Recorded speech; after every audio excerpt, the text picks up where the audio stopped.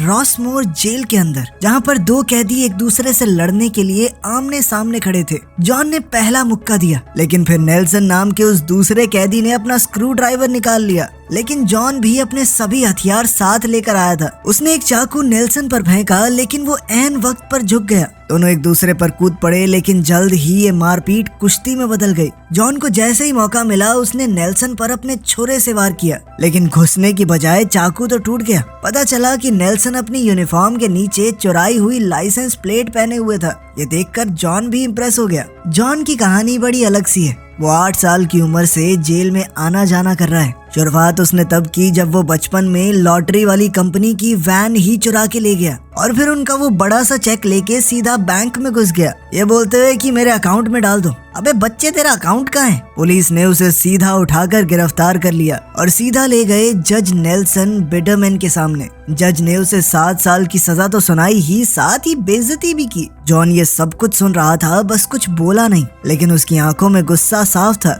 जज ने फैसला सुना दिया और यहीं से उसका जेल में आना जाना शुरू हो गया। कुछ साल बाद जब वो जेल से छूटा तो उसने 2 पुलिस वालों को बंदूक की नोक पर लूटने की कोशिश की। साथ ही कहा कि मैं तुम्हें मार सकता हूँ, लेकिन आमने सामने खड़े होकर भी उसका निशाना चूक गया। फिर उसे दोबारा पकड़ के जज बिडरमैन के सामने ही खड़ा कर दिया गया। वही कोर्ट रूम, वही पुराना भाषण और फिर से वही जेल। अब 24 साल की उम्र में वो दोबारा बाहर आया, लेकिन फिर से 6 महीने के अंदर अंदर दोबारा से गाड़ी चुराने के चक्कर में अंदर। इस बार जज ने कहा कि तुझे जब चोरी करनी आती नहीं, क्राइम होता नहीं है तेरे से, तू पकड़ा जाता है तो करता क्यों है? पागल है क्या तू? जॉन को सिर्फ सजा नहीं चुभती थी, जज हर बार उसे ताना जरूर मारता था कि तू बेवकूफ है एक नंबर का। लेकिन इस बार बाहर आकर उसने सोचा कि जज से बदला लेके बाहर जाऊंगा, इसकी गेम बैठाऊंगा मैं। उसने कोर्ट